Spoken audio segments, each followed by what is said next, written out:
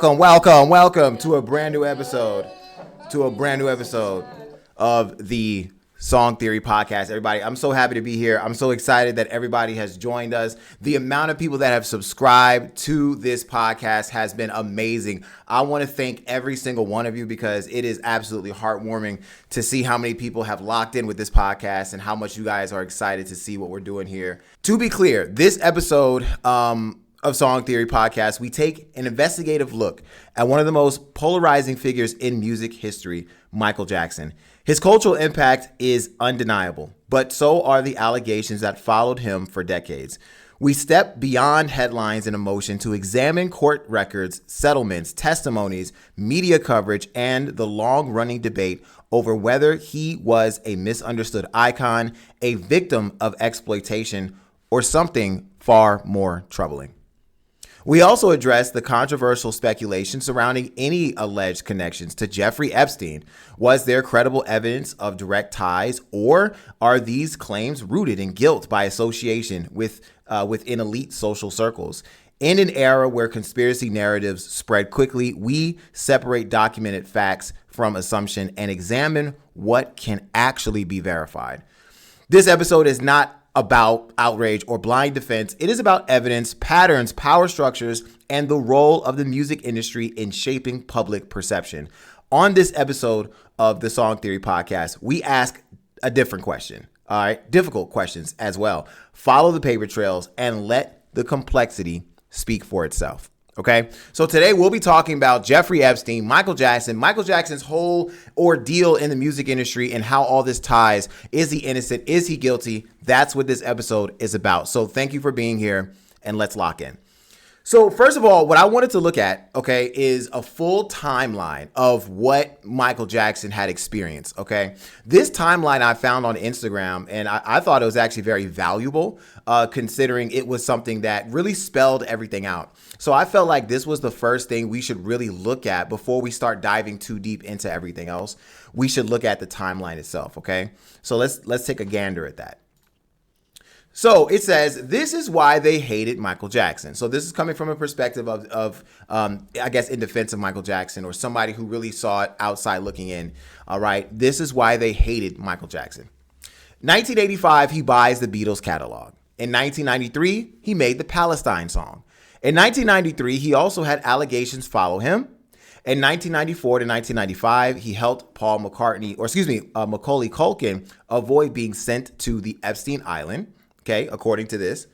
In 1995, he had the anti-Semitism backlash, which we're going to get into that in full. Okay, so that's important. In 2001, he calls out the Sony Music Entertainment. In 2006 to 2009, he was in a financial trap. Okay. And by 2009, he dies before his comeback tour. And in 2016, Sony gains full control of his catalog. Okay, so let's go down everything. We have taken this. I have researched this and put this in chronological order. I have provided documents. I provided videos. So we're going to go through this whole thing and look at the entire case of Michael Jackson, his connection to Jeffrey Epstein, and what all this really means for his legacy and what we can glean from everything. Okay, so let's go to the first slide. All right. In 1985, the Beatles catalog, Michael Jackson buys ATV Music Publishing for $47.5 million. It includes the entire Beatles catalog. He becomes the most powerful music rights owner in the industry. The industry never forgave him. Now, from this perspective, you guys have to understand just how incredibly aware and smart Michael Jackson was within the music industry. This guy was so smart when it came to money, when it came to finance, when it came to his positioning and how he was positioned in the music industry. And one thing that he understood better than anybody really was the idea of ownership. Okay, so what we're going to do is we're actually going to take a look at this clip I thought was really important to this discussion, and we're going to just listen in. Okay, and as we listen in, I want you guys to remember something important, that from this perspective, there were people in the music industry that worked directly with Michael Jackson that were aware that he was this smart. Okay, so a lot of black artists, a lot of minority artists were already feeling like they were on the back foot, especially within the 80s and 90s.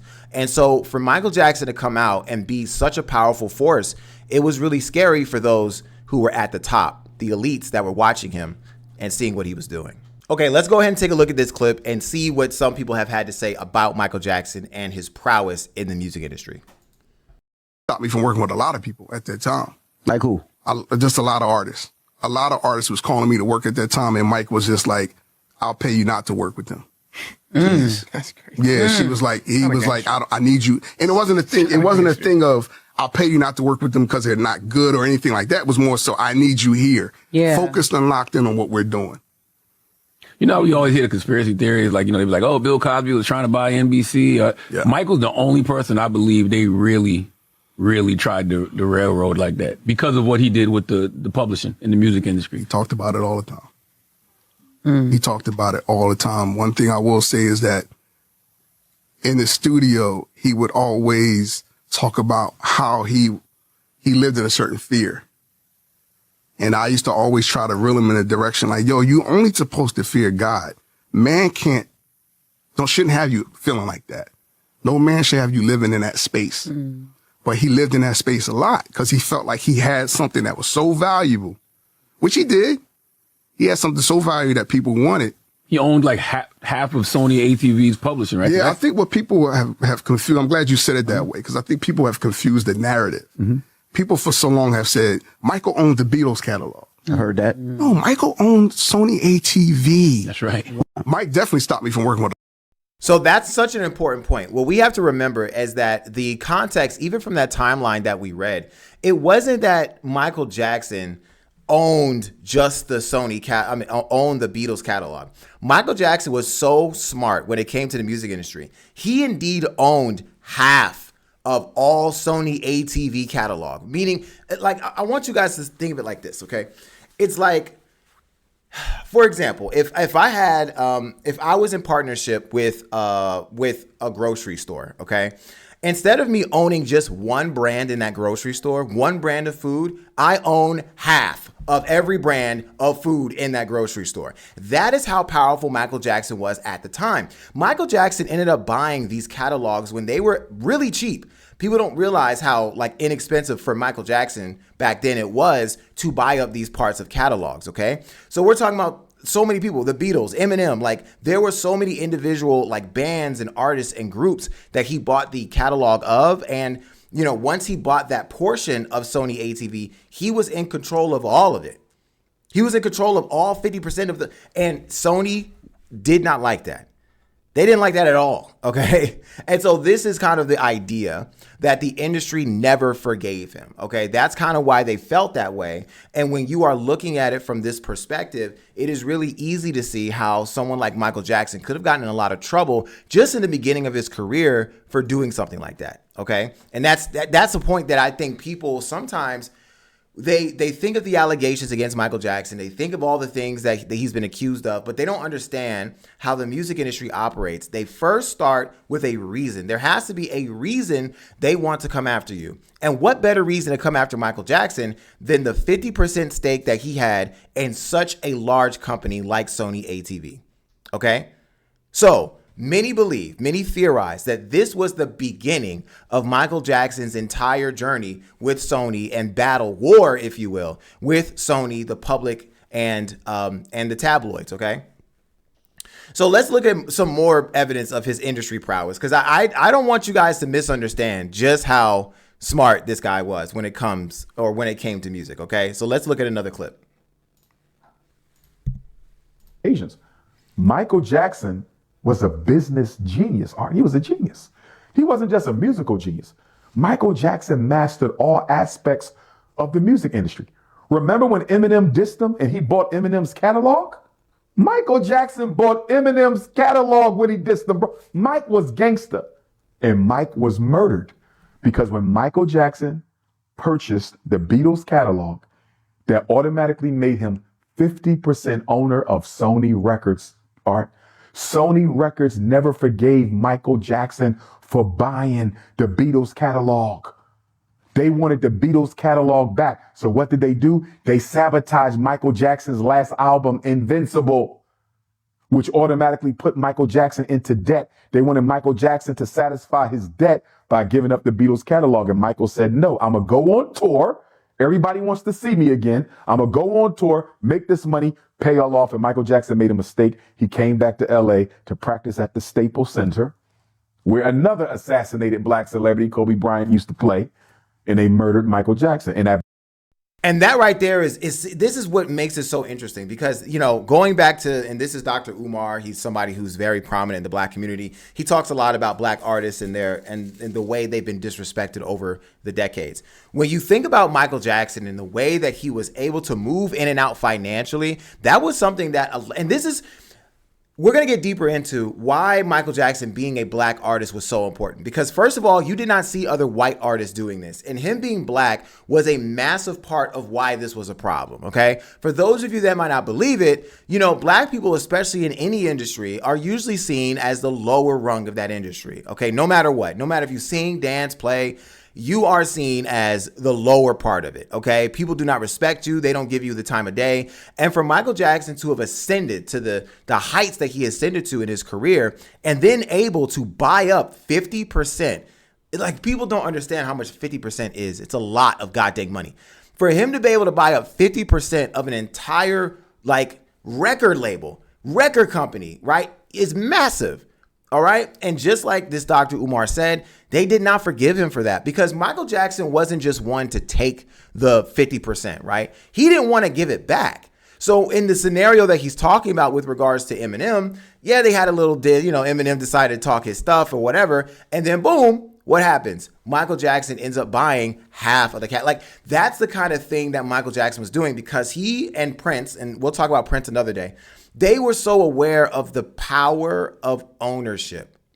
The power of ownership, okay? And when you have the power of ownership, publishing rights, licensing, and distribution, you're it. Michael Jackson was literally comparable to any other high-end executive elite in the music industry. He made himself into an elite. But that actually might have been part of his downfall. Getting up that high and being so ascended into power like that, he did not realize that he was in a room full of sharks. He did not realize that he was in a room full of bloodthirsty individuals who only cared about greed and who only wanted him to keep making money and not actually make a difference. The thing about Michael Jackson is he was so passionate about making a difference. He always wanted to do something with his money. He wanted to save people. He wanted to help people. He was altruistic. He was kind. But that was something that was just not in line with the culture of the music industry, not just back then, but even now. They do not care about kindness or helping. They don't care about, I'm talking about they don't care about altruism. They want money. They want results. And that was something that Michael Jackson, I think, didn't realize at the time, buying into half of Sony ATV. He didn't realize that that was what he was getting himself into. Okay. And this is the discussion that we have to have with regards to managing our expectations when it comes to this story, because so many people don't understand the background of the whole thing. I bet many of you didn't even realize that Michael Jackson had this entire buyout, half a buyout of a record label, right? Sony being such a huge name at the time, right? Because you had Universal Music, you had Sony, you had all these other big records. There's many of them, but you had some of those big ones that were, and he had half. He owned half of the company. Okay, like some of y'all probably didn't realize just how powerful Michael Jackson was and why they wanted to take him out. Well, you're listening to it right now. Okay, so then you start getting into the allegations. So let's go ahead and dive directly into the allegations and understand, at what point did these allegations start to really happen for him? At what point were people really coming after him, and what really struck this whole chord with regards to his child connections and stuff like that. Okay. So we have the 1993 Michael Jackson sexual abuse allegations. So let's go ahead and go through the background, because it's a lot here, but we're just going to go through the background of it just to kind of skip straight to what really was going on. Okay. So the allegations, on July 8th, 1993, Schwartz phoned Chandler to discuss Jordan's relationship with Jackson. Unbeknownst to Chandler, Schwartz recorded the phone call. Chandler was hostile about Jackson, describing him as evil. He said he hired the nastiest son of a bitch he could find, the lawyer Barry Rothman, to humiliate Jackson, he said. So these names that you're hearing are relative to the individuals involved in the case. The child that actually ended up accusing Michael Jackson, his name was Jordan Chandler. His father, Evan Chandler, is somebody who ended up basically trying to ruin Michael Jackson because it is said that he was encouraged by some elites in the music industry to go after Michael Jackson with regards to some of these allegations. So they're in this paragraph talking about a particular phone call and discussion that happened that led up to basically Michael Jackson being accused by his lawyer, Barry Rothman, and humiliated by Jordan Chandler. Okay. So it says here on August 2nd, Chandler extracted one of Jordan's teeth during a procedure. He's a dentist. Okay. While Jordan was under the effects of Amitol, which is a very, heavy drug, a sedative with hypnotic properties, Jordan Chandler, the child that accused Michael Jackson, asked if him and Jackson had ever touched his penis. Okay. So there was a line of questioning after Jordan Chandler was drugged with these drugs. And that's when they started asking him about Michael Jackson. Okay. So at this point, Jordan said, yes. Yeah, Michael Jackson touched my penis. Okay. Chandler and his legal team approached Jackson asking for $20 million, threatening to take the dispute to a criminal court. A few weeks later, Jackson's legal team made a counteroffer of $1 million. This was declined by Chandler, who then requested $15 million. Jackson refused and lowered his offer to $350,000 because, of course, Michael Jackson didn't feel like he was guilty. Why in the world would he even pay this much money? He just wants this to go away. All right. Which Chandler also refused. According to some sources, Evan unsuccessfully sought $20 million film production deal with Jackson to avoid going to court. All right. So check this out. On July 15th, the child psychiatrist Mathis Abrams wrote to Rothman, the lawyer of Chandler, who was seeking an expert opinion to help establish the allegations against Jackson. Abrams wrote that there was a reasonable suspicion of sexual abuse without having met Chandler, Jordan, or Jackson. He also said if this were not a hypothetical case, he would be required by law to report the matter to the Los Angeles County Department of Child Services. On August 17th, Chandler took Jordan to Abrams and told him Jordan had been molested. Over a 3-hour session, Jordan told Abrams that Jackson had sexually abused him for months and gave graphic accounts of masturbation and oral sex. Jordan repeated these allegations to police and described Jackson's penis. According to the county DFACS reports, Jordan had difficulty remembering the times and dates of his alleged molestation, but was consistent in his story. So this is where the very first allegation came out against Michael Jackson, okay?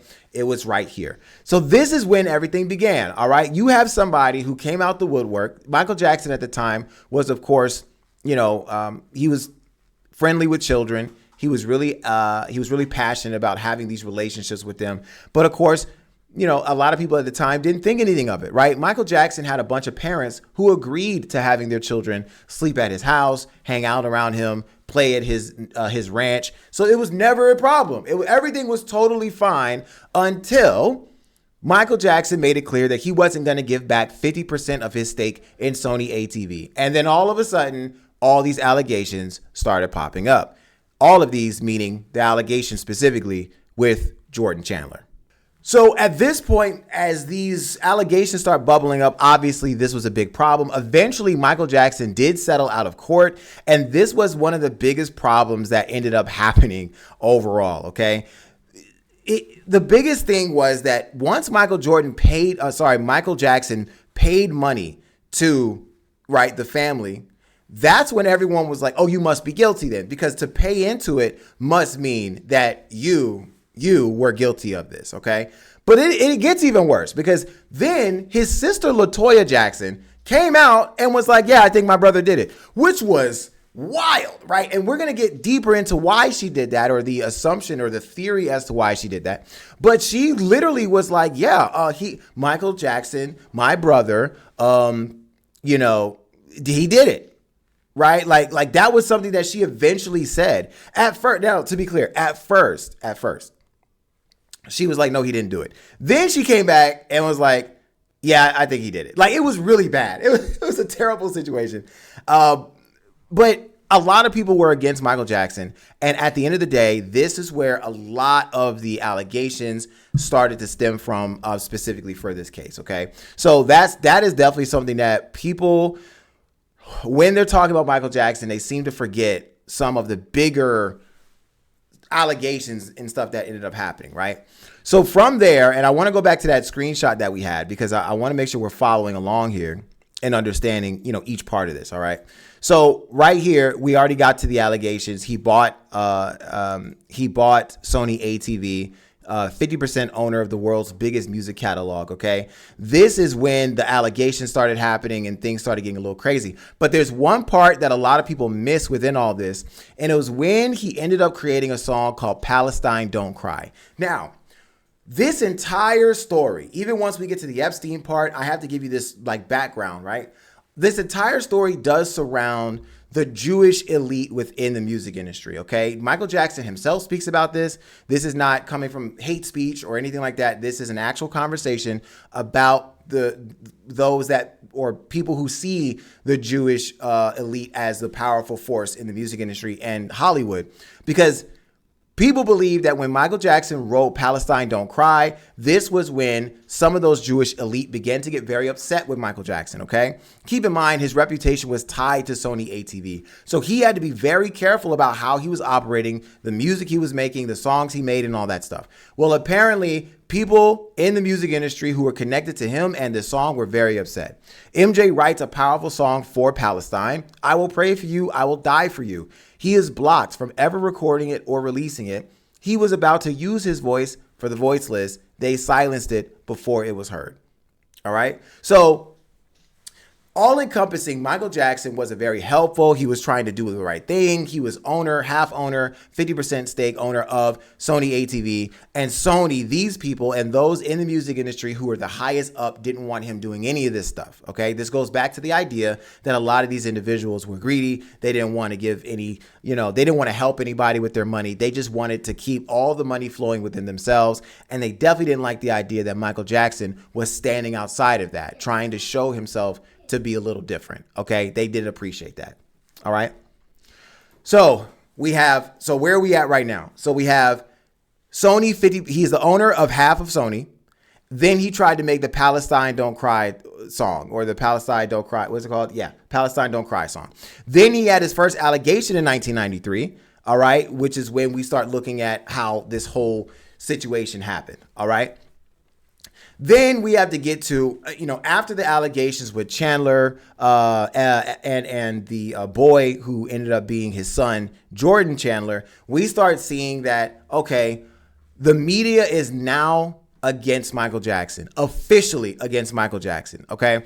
Once an allegation comes out that you are a child rapist, it is basically career suicide. It's over for you. A lot of the things that Michael Jackson was trying to get off the ground or trying to do were hindered. They were stifled, and people were not trying to listen to him because at this point, a lot of people believed that Michael Jackson was indeed a molester, a rapist, a child, abuser.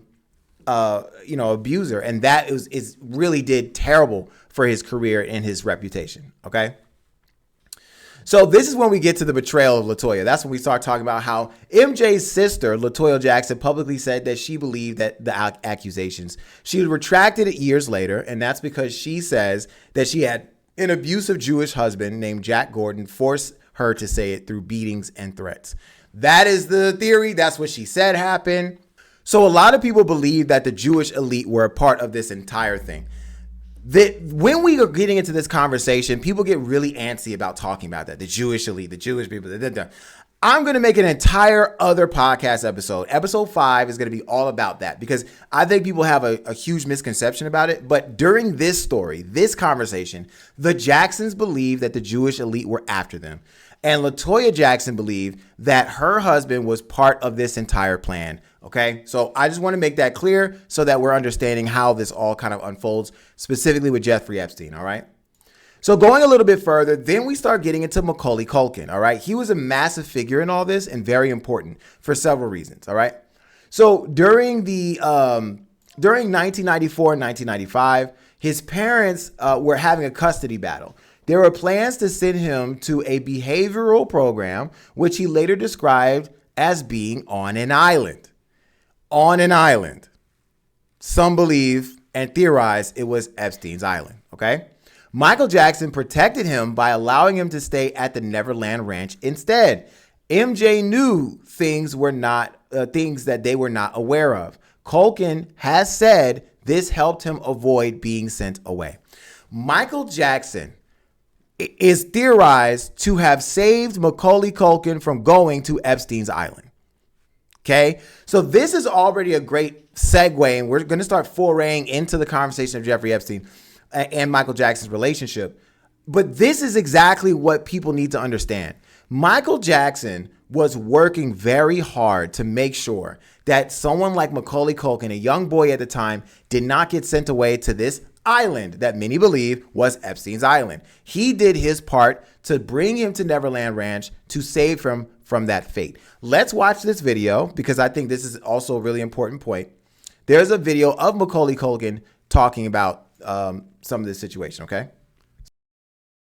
The relationship that you had with Michael Jackson? Had or have? I mean, it's Had both. You know, whatever. Let's go with had to Listen, have. no, he's a good friend of mine, and he still is. I mean, everything that's going on, I mean, it's unfortunate. It's an unfortunate situation for everyone involved. What happened at the house? That's what all these things It's, that people you know, are that's concerned what's so about. weird, you know. What did happen? Nothing happened, you know. I mean, nothing really. I mean, we played video games, you know. We played it as Sleep a in the bed? amusement park. Well, the thing is with that whole thing is that, you know, they go, oh, you slept in the same bedroom as him. It's like, I don't think you understand. Michael Jackson's bedroom is 2 stories. And it has like 3 bathrooms and this and that. So when I slept in his bedroom, yeah, but you have to understand the whole scenario. And the thing is with Michael is that he's not very good at explaining himself, and he never really has been, because he's not a very social person. Why do you think he likes young people so It's because it's the same reason why he liked me, was the fact that I didn't care who he was. That was the thing. I talked to him like he was a normal human being. And that's what, and kids do that to him, because he's not, I mean, he's Michael Jackson, the pop singer, but he's not the god of, you know, the king of pop or anything like that. He's just, you know, a guy who's actually very kid-like himself and wants to go out there and wants to play video games with you. Did your and things parents like that. encourage it? They weren't against it. You know, it wasn't like they encouraged it or like pushing me upon it. It was just kind of like I wanted to hang out with them, and they were fine with it. What's the relationship that you had? So these are really important points, okay? I wanted to hang out with him and they were fine with it. This is something I wanted to touch on as well when it comes to the allegations regarding Michael Jackson, is that a lot of these parents were complicit.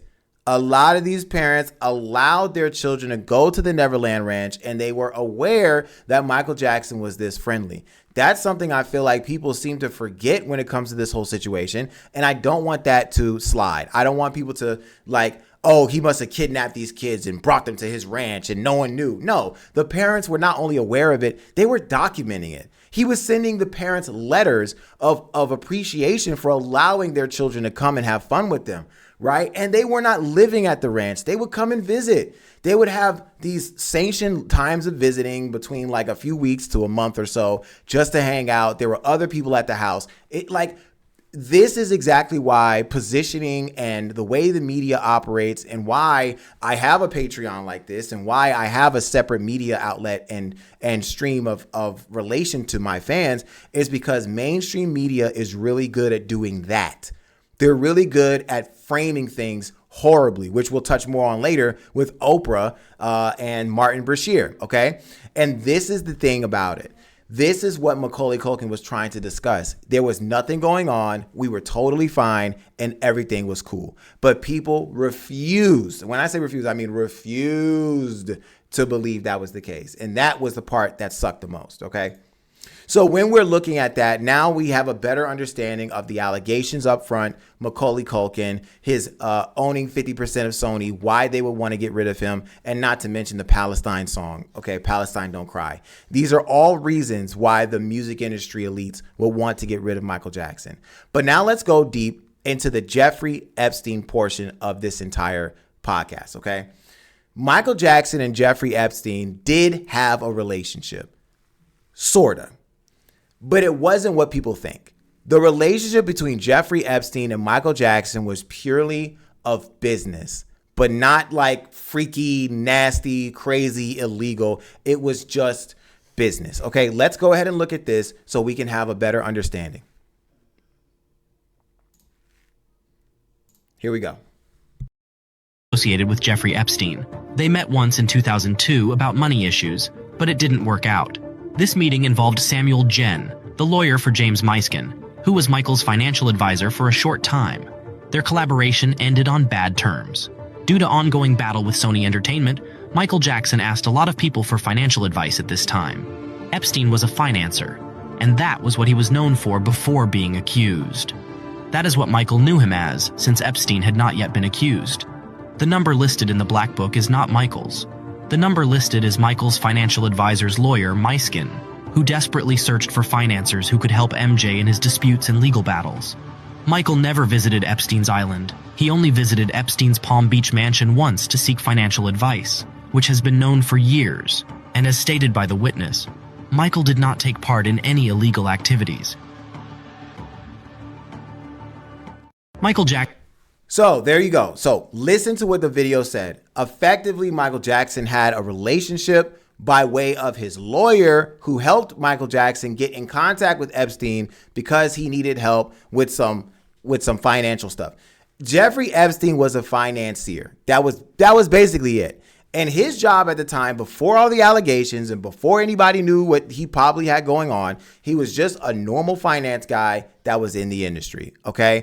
People have taken this thing way out of proportion because they are aware that Jeffrey Epstein and Michael Jackson had some sort of relationship. They were pictured together. They had some type of connection, but it definitely was not what people were making it out to be from that angle. So, okay, at this point, you're saying to yourself, all right, Michael Jackson did have some sort of relationship with Jeffrey Epstein. It might not have been anything with kids or diddling or sex or abuse, but how do we know that for sure? How do we know for sure that Michael Jackson wasn't wrapped up in all that stuff and they're just telling us that he wasn't? Well, look, there are evidence and logs and files that have came out over the last month or so, and we're talking about 3 million files with regards to a whole bunch of people. And Michael Jackson shows up in these files only a couple of times. And in regards to Michael Jackson, it didn't have anything to do with sexual abuse. It didn't have anything to do with him and kids. It had nothing to do with any of that. The evidence shown in the Epstein files and emails, as we know of right now,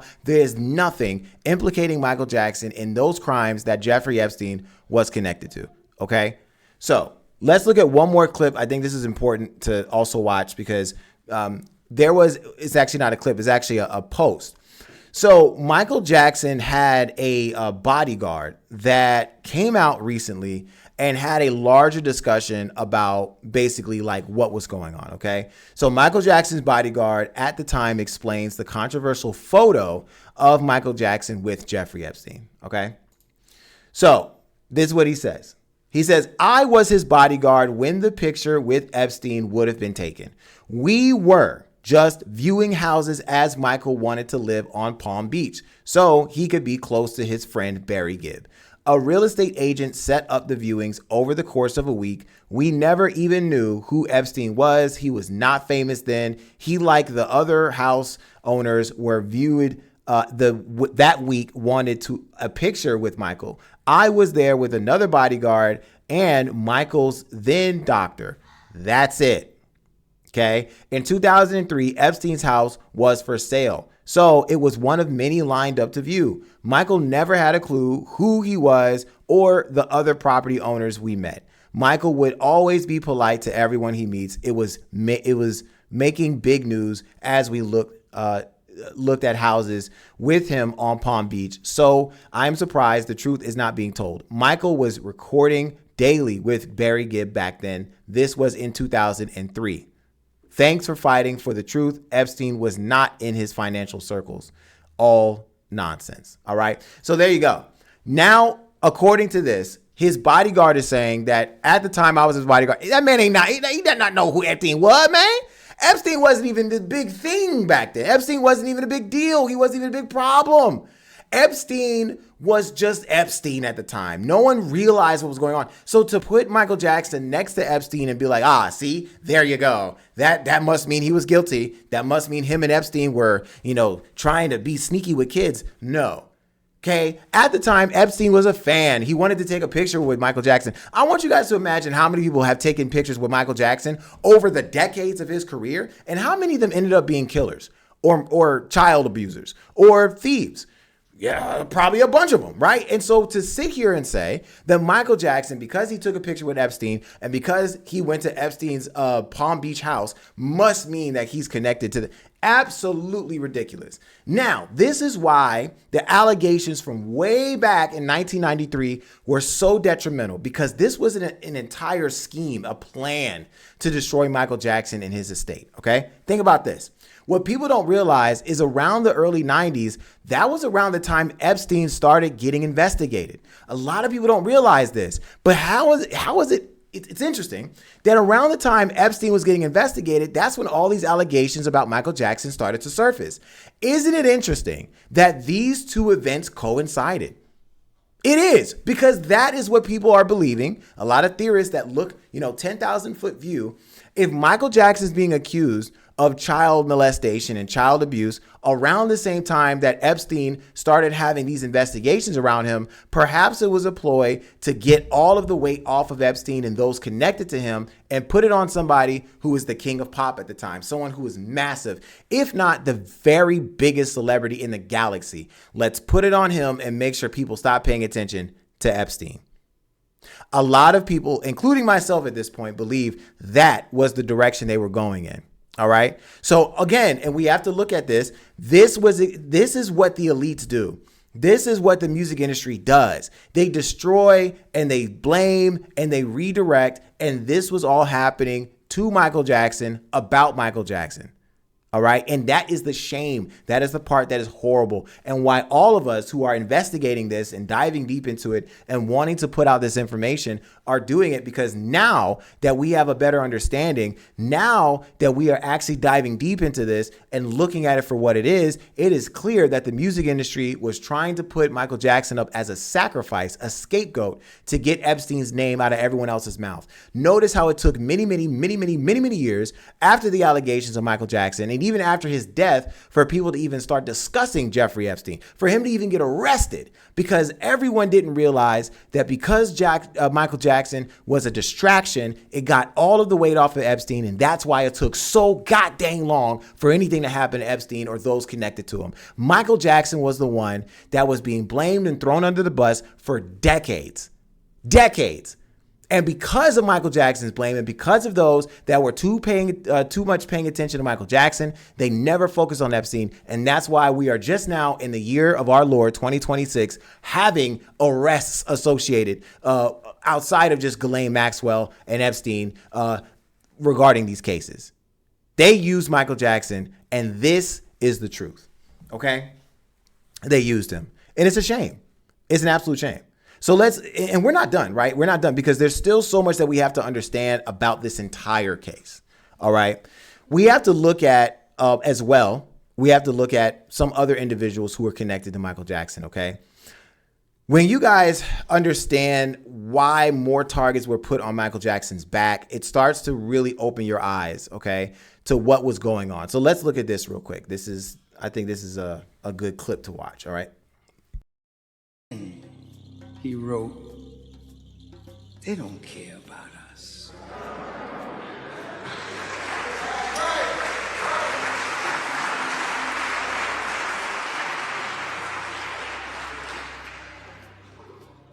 They don't care about us. They who? See, he's sending his people messages out of his pain. They don't care. And some of you are dumb enough to think because we have a black president that they now care. I really did need a glass of water. This is not a stunt. Skinhead, deadhead. Everybody gone mad. Situation, aggravation. Everybody allegation. in the suite, on the news, everybody dog food, bang, bang, shot dead. Everybody's gone mad. All I want to say is that they don't really care about us. Beat me, hate me, you can never break me, will me, thrill me, you can never kill me, sue me, everybody do me, kick me, don't you black or white me. So let's take a step back for a second, because this right here is a huge portion of the theory as to why they were coming after Michael Jackson. Because at first, Michael Jackson owning 50% of ATV Sony, okay, that sucks. We're mad. He's gaining money and equity off of our brand and our music catalog. We're upset about that. Then for Michael Jackson to then write a song about Palestine, which is very anti-Jewish, right? Anti-Jewish state, anti-Israel. They got very upset about that. Then for him to come out and make a song called They Don't Really Care About Us, talking about the elites. Some believe he was talking about the Jewish elite. Coming out with a song that says the words that you heard, Jew me, sue me. Like, guys, that did it. This right here, those lyrics you just heard is what did it. That is what set them off. That's what set them off. Because once they heard those lyrics, they realized that Michael Jackson has got to go. All right, so let's look at how the media starts to actually turn against Michael Jackson. First, we're going to talk about Oprah, because Oprah, the way that she operated, as well as another man named Martin Brashear, they were assets. I mean, it is very hard to look at these interviews and listen to them talk to Michael Jackson about the allegations and everything going on and not realize that these two individuals were definitely assets. And when you listen to Oprah, and when you also realize that Oprah has actually flown her private jet to Epstein's island several times, but no one talks about that. It's actually very interesting how she is working to make sure to destroy Michael Jackson's image. So let's look at this clip because, again, that kind of spells out what we're talking about here. Now that Michael Jackson has been vindicated by the Epstein files and the fact that Michael Jackson was actually using Neverland to save kids from Epstein's island, it got me looking at Oprah super crazy right now. And if you missed my breakdown of the Michael Jackson being vindicated, it's at almost 8 million views on my page. Go check it out. But now I'm thinking about Oprah might actually be working for them because she did that raggedy Leaving Neverland documentary that just destroyed Michael's name and was completely false. After Michael Jackson went on her show and blew her up when he had sat down with anybody before. As stated by one of the Jacksons here, he put her on the global map only to have her backstab him and try to destroy his image multiple times. Y'all remember this interview? Michael hadn't sat down with anybody in 15 years, and he sat down with Oprah. And that ain't even the craziest part. On top of that, her jet was at Epstein's place. They said over 11 times or something. But the bottom line is, why would Oprah give those accusers who have been flat out proven to be lying, why would she turn her back on Mike and give them a platform and give them that space? I mean, they had to fucking pull the documentary from HBO because it was so false. It's almost like Oprah was working for somebody or doing that as being a part of the whole plan and plot to take Mike down. And that's it. People at this point have speculated that Oprah, after making her Leaving Neverland interview and documentary, it was an entire smear campaign against Michael Jackson. And because her private jet has been proven in the Epstein files to have been to the island multiple times, right? The very private, secret island with all the abuse of children, Oprah was known and seen her private jet was there.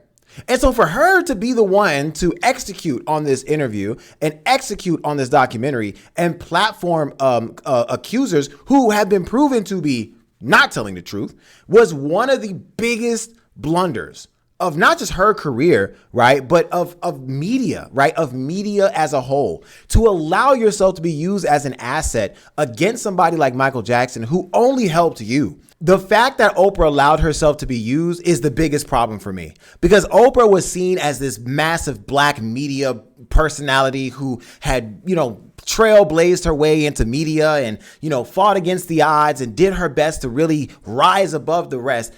And this is what we get. We get a woman who effectively destroys the career and the public image of a man who was only there to help. And this was the biggest, this is a huge issue of the whole conversation of Michael Jackson. He was there to help, aid, to build, to edify, to increase the money and market share of all these individuals and companies and artists, just for them to turn around and create these hit pieces on him that effectively were designed to further destroy his career, thereby, and again, let's not forget what this whole thing is about. Sony ATV wanted their publishing back. What they were doing was building a case against Michael Jackson so that eventually, with enough allegations and enough time, he would feel like he has to sell it back, because he was going to effectively lose all this money from court cases. And for her to come out and make this claim, and for her and Martin Bashir, who we'll talk about in a second,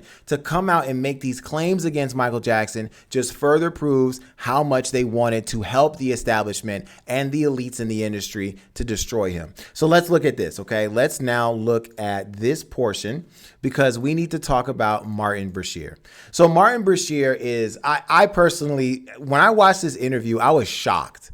I was genuinely shocked with some of the line of questioning, and it was kind of crazy. So let's listen to it real quick. And Michael Jackson does fight back. But listen to this. 24-year-old man to share a bedroom with a child who is not related to him at all. That's a beautiful thing. That's not a worrying thing? Why should it be worrying? Who's the criminal? Who's Jack the Ripper in the room? This is a guy trying to help heal a child. I'm sleeping in a sleeping bag on the floor. I gave him the bed because he has a brother named Star. So him and Star took the bed, and I'm on the floor in the sleeping bag. Did you ever sleep in the bed with them? No. But I have slept in the bed with many children. I sleep in the bed with all of them. When Macaulay Culkin were little, Kieran Culkin would sleep on this side, Macaulay Culkin's on this side, his sister's in there. We're all just jamming the bed. Then we wake up like dawn and go in a hot air balloon. We have the footage. I have all that footage. But is that right, Michael? It's very right. It's very loving. That's what the world needs now. More love. But is it really appropriate for a 44-year-old man? That's what the world needs now. More love. From Michael Jackson's perspective, everything he was doing with regards to kids staying the night at his mansion and his ranch, it was all from a form of love. It was all him trying to help heal other children's, their pain that they might have experienced as children. Listen, Michael Jackson had a pretty tough career in life growing up, right? He was famous by the time he was like 8. Okay, so you have to understand that no one protected Michael Jackson. Nobody gave him the time of day and really did the work to make sure that his mental health was intact. And of course, we all know that Joe Jackson, his father, was incredibly abusive. And only God knows what other abuse that Michael Jackson experienced. And there are some psychological doctors who claim that your trauma stunts your growth, right? It can stunt your mental growth. It can stunt a lot of things within you. So they also claim as well that, whatever age you were traumatized is the age that your brain sort of stays at. Okay, I'm paraphrasing this, but the point is that if Michael Jackson was abused at such an early age, between 8 and 12 years old, then that's kind of where his brain is. He sees himself as an 8 to 12-year-old. He genuinely saw himself as an individual that was connecting with children in a way that other adults simply were not. And all he was trying to do was help these kids to experience a childhood that he simply never had. Hot air balloons. He had slides inside of his house. The guy had a petting zoo, a ranch. He had roller coasters in his backyard. That is a kid's dream. That's something that he dreamed of having, but never got to have growing up. It's funny too. There was a clip of Michael Jackson talking about how when he was a very young boy, between like 8 and 11, he was getting checks in the mail for $200,000 every week. Think about that. What do you do with that kind of money? He was not allowed to have a petting zoo or do roller coasters. He had to work, work, work. So Macaulay Culkin, as you all know, right, was a 90s superstar.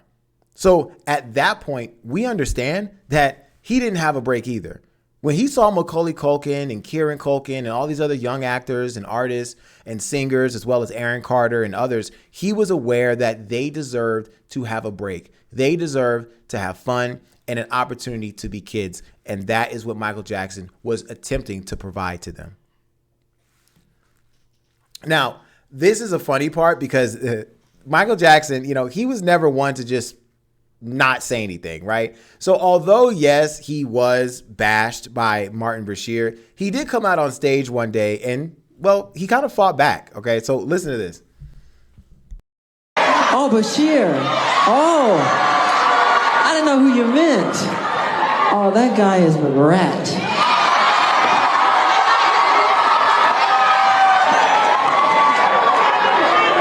He totally deceived all of us. He breached every contract law. He's not a nice man. I am telling you first because I hope that you will join me and make this undertaking a worldwide success. It would make me extremely proud if you, the fans, will become ambassadors for Go For Your Dreams all over the world.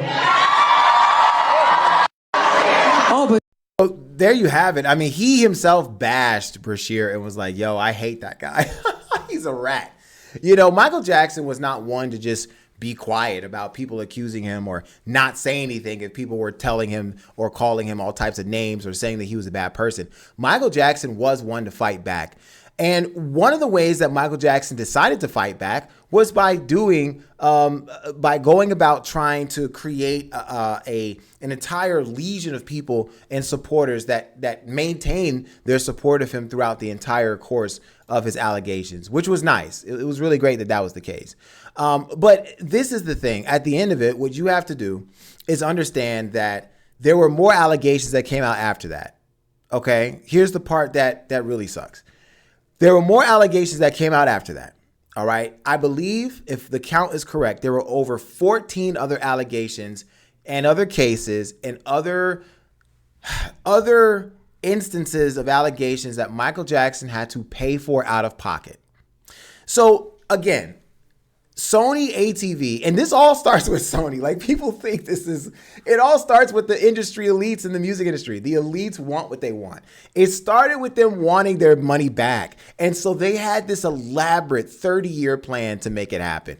They literally set him up from point A to point Z, all the way to the other 14 allegations. And mind you, these allegations took place after the interview with Bashir, after the documentary with Oprah, and then suddenly you had 14 other allegations. It was back to back to back. And Michael Jackson simply could not afford to pay for all these court cases and documentation and all this stuff. Eventually, Michael Jackson needed to make a massive shift in his career, and instead of just hanging back and relaxing, he had to do the one thing every artist has to do to get money back in their pocket: go on tour.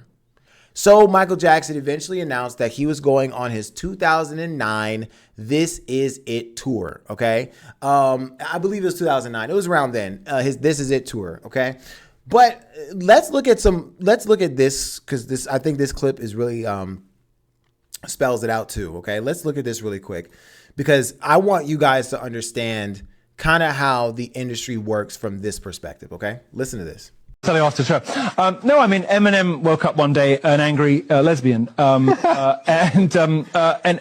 with very left-wing politics. I wonder why that might have been. Who knows? Who can say? But it's only ever black artists who get their reputations absolutely ripped to shreds in public. It is only black artists who get their reputations absolutely ripped to shred by the public. Now, This is a conversation that's been had for many, many years. How black artists have been abused in the music industry. For those of you that are or are not black, you understand, again, as I said earlier in the podcast, that black people in any industry have been seen as the underlying like issue or like, oh, here they are. You know, people don't take them seriously until someone like Michael Jackson steps up and ends up owning half of an entire record label. See, this is when you have to understand why the entire Michael Jackson thing was such a big deal. Michael Jackson was the most powerful artist in the music industry, period, point blank, no discussion, no argument. He was the most famous, the most successful, and the most powerful person who was an artist, not even an elite, not even somebody who sat aloft and didn't even write a single song or just sat in an office for his whole career. He was the most powerful artist in the music industry and has been since, okay? His ownership of 50% of Sony ATV put him in that category, and by the time he bought it to the time that he still had it, he had generated billions of dollars from the catalogs that came, or the money that came from those catalogs, okay, that he owned 50% of, right?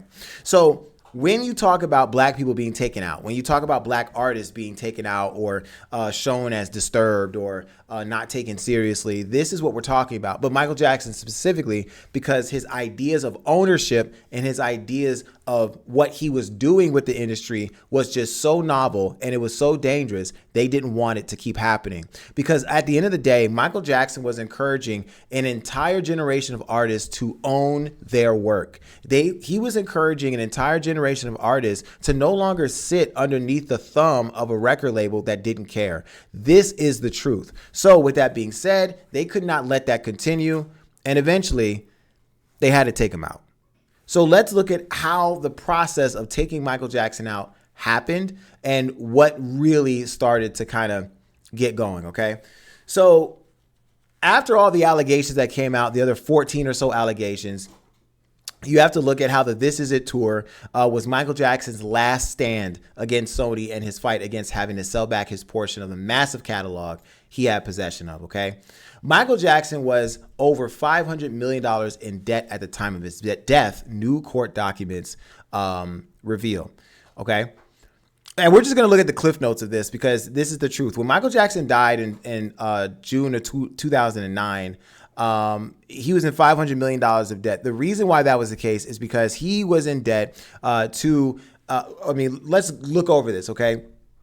Given Jackson's absorbent spending habits, he desperately needed money to pay off his accruing debt of $30 million a year. The publication reported, the Los Angeles Times, that certified public accountant William R. Ackerman, testifying as a defense witness on behalf of AEG Live, which was the company that he was working through to create his tour, okay, in the wrongful death trial in 2013, August, offered a detailed look at the singer's finances, telling jurors that Jackson spent money on donations to charity, gifts, travel, and more.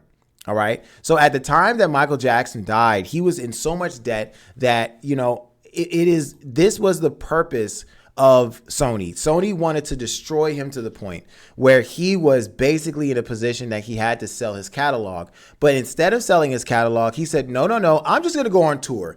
The moment his tickets dropped for his tour, it was basically sold out. It took no time. So Sony at that point was aware that if Michael Jackson goes on tour, he will literally make money and will never have to sell that catalog back. So conspiracy theorists all over the world believe that Michael Jackson eventually, the elites decided that Michael Jackson had to go. They could no longer play this game with him because it was clear that his power was too intense. He was entirely too big for them to just handle him like some regular person. And they had to do what they knew they had to do, and that was to kill Michael Jackson. Let's look at this, the last few parts of this, right, and start to wrap up some of these ideas about Michael Jackson, okay? What you're about to hear is the last call the day before Michael Jackson died that he ever made to a man named Dieter Weisner, okay? Let's listen to this. I don't know if I should tell you this, but I don't know who may be listening. There may be a group of people that wanting to drug me. They don't want me here anymore. I don't understand. What do you mean? Talk to me. Just talk about it. Over the phone. I don't know what's going to happen, but I just feel in my soul, only God knows that I'm true. I could say it. I could frame it and say I overdosed on drugs. And you do a lot of things. Who could do this?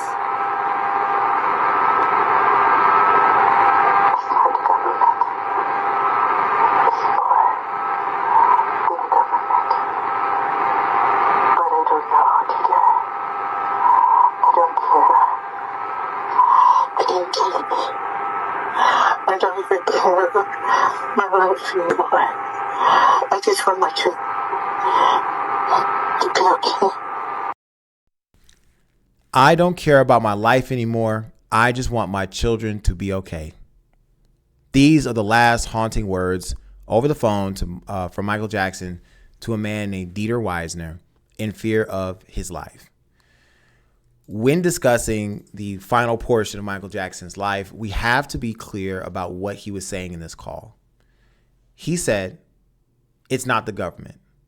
It's more than the government. It's bigger than the government. We don't know what that means to this day. Many people have not been able to theorize what he meant exactly by that. But let's just take a minute to think. Michael Jackson at that time was the most powerful individual in the music industry, outside of the elites that were ruling, or the ruling class, over the money, the finances, and opportunities within the music industry. We know that Michael Jackson pissed a lot of people off by owning half of Sony ATV, by then effectively also creating songs and anthems that were anti-Jewish establishment, anti-Israel. We know that Michael Jackson was doing a lot of work against those that he felt were literally and deliberately trying to harm him and other people around the world. They don't really care about us. We also know that Jeffrey Epstein was being investigated around the time of Michael Jackson's 1993 and 1994 investigations, which also make it clear that also at around the time of the other allegations that came out against Michael Jackson, the other 14 or so, there was an opportunity for us to see that all of this was being set up against Michael Jackson. By who? All we can say is the elite. The music industry elite. Bigger than the government. But to Michael Jackson, it was all the same. His life was in danger, and he knew his time was running up. He knew in that call that they might frame him to say that he was overdosing on drugs, which in 2009, he eventually did die of an overdose of drugs. Now, there was a wrongful death lawsuit, and there was a man that was put under investigation, which was his doctor, Conrad Murray, I believe his name was. And eventually it was said that Conrad Murray did, do some stuff wrong. But again, we were never able to connect Conrad Murray to the actual plan to kill Michael Jackson, because all of it just seemed so, mundane. It was, he needed drugs for his touring, and he was in a lot of pain, and he needed help. And so, he had some drugs to help him out, and it was too much drugs. Michael Jackson knew this was coming, and he died believing that the world hated him. But let's explore these last few bits, because this is going to really bring things all together. With regards to Jeffrey Epstein, let's talk about the innocence of wrongdoing regarding Michael Jackson and Jeffrey Epstein, okay? Thousands of documents and photos that were released today. For some reason, the media wants to focus on these photos. The first headline I saw today about the files being released was that there were photos of Michael Jackson and Jeffrey Epstein together. And every article I looked at had no context or dates to support these photos. But that's okay, because I have the context. When you first look at a photo like that and you see that there are faces redacted, you assume that there are minors in the picture that are likely victims in this situation. The people in charge of handling these photos and documents do this knowing that's what you're going to think when you see a photo like that. What they don't expect is for people to do their own research. These photos were taken after Michael Jackson performed at the 2002 DNC fundraiser and voter registration drive in New York City at the Apollo Theater. Not at one of Jeffrey Epstein's houses, not on Epstein Island, just with Bill Clinton. Don't believe me? Here's a photo of Diana Ross performing that same night with Michael Jackson wearing the same outfit you see her in the redacted photo. Still don't believe me? Here's a zoomed out frame of that same photo showing one of Diana Ross's sons on stage with them in the same outfit as the redacted photo. Therefore, these two photos were taken on the same night and have nothing to do with Jeffrey Epstein. These photos were taken, and there was an assumption that there was a situation where Michael Jackson was associated with the Epstein Island. And there we go again, how the files, even that came out in December of 2025, were all angled to make Michael Jackson look like something he was not. It is clear to us after deep investigation, looking at documentation and photos and even the logs that were, coming from the Jeffrey Epstein Island, that Michael Jackson was not involved in that whatsoever. There's no proof of it. There's nothing that we have currently or that we may have ever that will show us that Michael Jackson was ever involved in the sex trafficking ring that was the Jeffrey Epstein case. Let's continue on with this other part that I think, again, is important to watch right now. And reading the Bible, learning about God, Jesus, love. Jesus said, bring on the children, imitate children, be like little children. And to take care of others, to take care of old people. When I see children, I see the face of God. That's why I love them so much. That's what I see. I love to do things for children, and I try to imitate Jesus. And I'm not saying I am Jesus. I'm not saying we're clear on that. Right. I'm trying to imitate Jesus in the fact that he said to be like children, to love children, to be as pure as children, and to make yourself as innocent and see the world through eyes of wonderment and the whole magical quality of it all. And I love that. And we were raised with those values. Those are very important values, and my family and I, we were raised with those values, and they continue strong in us today. If I can open my gates, and those gates open, and that bliss, an explosion of screaming and laughter from the children, and they run past the bridge, they run on the rides, I say, thank you, God.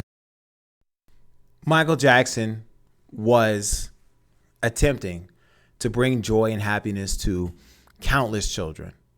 In the clip that you saw, it's clear that he had been doing that for decades. From the time he was young to before he died, all he wanted to do was give children an opportunity to be happy, to feel safe, and to feel like that he was a respite from the craziness of the world that some of these children have experienced. He walked into cancer hospitals. He walked into fundraisers. He helped children that were, in scenarios of war. He cared very much about those children and the people surrounding those children who were impoverished and who had needs beyond some of what their own countries would provide them with. Michael Jackson had proven himself over and over and over and over again to be somebody that was so pure-hearted that there were those that were evil enough to try to take him out. And at this point, I really don't know what other evidence anyone needs to know or to see that Michael Jackson really was just one of the most pure-hearted people in the music industry, period. And finally, let's close this out by looking at one more thing that I thought was extremely powerful. And to this moment, I feel like is important for you to see as well. Sexual to a child. It's not where my heart is. I would slit my wrist first. I would never do anything like that. That's not Michael Jackson, I'm sorry. So Michael Jackson used his life to protect children, yet was misunderstood by the world as a criminal. Neverland, this mysterious place, was not as simple as the outside world thought. Recently, a previously undisclosed truth was revealed. In Neverland, Michael Jackson shielded children from the forces of darkness, keeping them away from the terrifying reality of Epstein's Island. He provided children with a sanctuary, protecting them from harm and abuse, yet was misrepresented by the media and the public as a criminal. He was falsely accused of abuse, while the real abusers remained undisclosed. Macaulay Culkin and other celebrities publicly defended Jackson, proving that he was not only a musical genius, but also a hero who fought for the safety and protection of children. He not only protected children from physical harm, but also helped celebrities like Britney Spears, offering her advice when she faced control from her father, protecting her freedom. Today, as more truths are revealed, we can finally see Michael Jackson for who he truly was, a hero who sacrificed for others. A hero?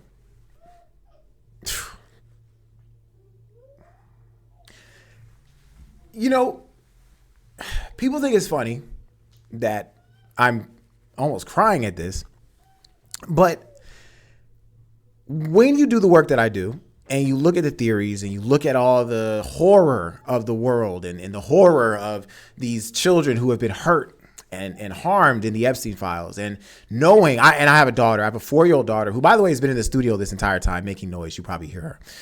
But knowing that there are children out there who are in so much pain, and all Michael Jackson wanted to do was help.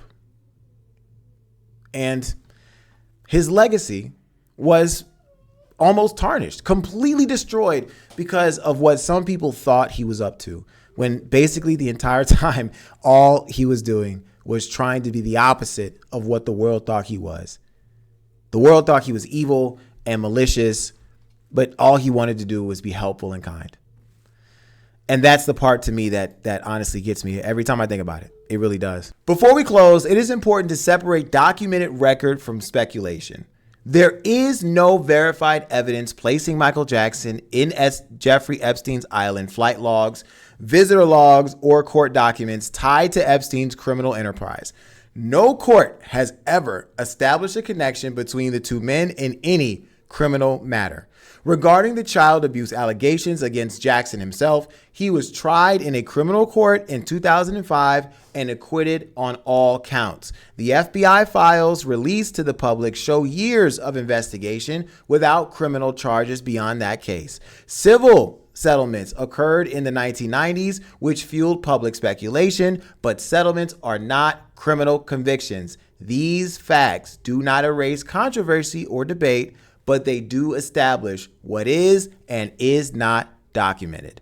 Michael Jackson's childhood was marked by intense discipline, public pressure, and repeated accounts of emotional and physical abuse under the demands of early stardom.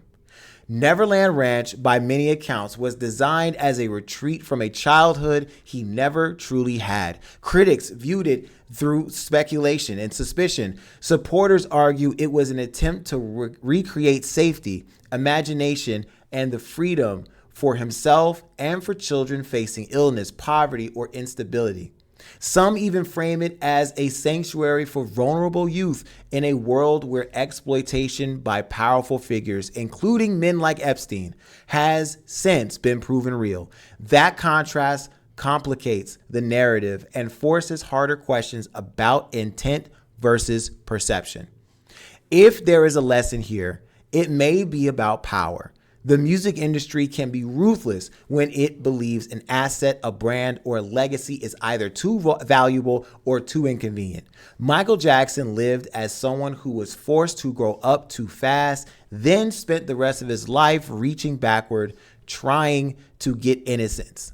To some, he was Peter Pan in a world that monetized him as a child and scrutinized him as an adult. He said his mission was to protect and uplift those who were weaker, the very protection he felt he never received. Whether one sees him as tragic, misunderstood, flawed, or falsely accused, his story reminds us that fame, power, and narrative control often collide in ways the outside world rarely fully understands. And that's it. I'm so glad you guys were a part of this podcast episode. This took me a lot of work and time. My daughter's in the studio today, and so it was a lot of moving around, a lot of moving pieces and parts. But I'm glad I was able to make this because this is the type of thing I want to be doing. I want to be doing these full episodes and really diving deep into documentation and theories and understandings about what we think we know. This right here is an example as to how the music industry will frame somebody in a certain way and then destroy them and cast them aside when they no longer need them. Okay? Michael Jackson was proof that the music industry elites know exactly what they're doing. And in the end, they ended up getting their money back. After all of the debt that Michael Jackson racked up before his death, his whole concert, his entire series of tours were designed to get money back in his pocket so that he never had to give up his 50% share of Sony ATV. Well, because of his death and due to the fact that that money was never actually paid off, his family and the Michael Jackson estate, they paid it back. They paid back all the money and gave back the catalog that Sony so desperately wanted ever since Michael Jackson took it. So Sony won. In a lot of people's eyes, Sony won. They got what they wanted. They did all of this over 30 years of craziness and outrageous behavior and destruction of someone's name and image to get back what they wanted. And well, they got it. The house always wins. And for those of you who might be young artists or people who want to grow up in the music industry and do something big, or anybody who's in any industry who wants to make a big difference, always remember this. There are elites in every industry, and they will always make sure they win.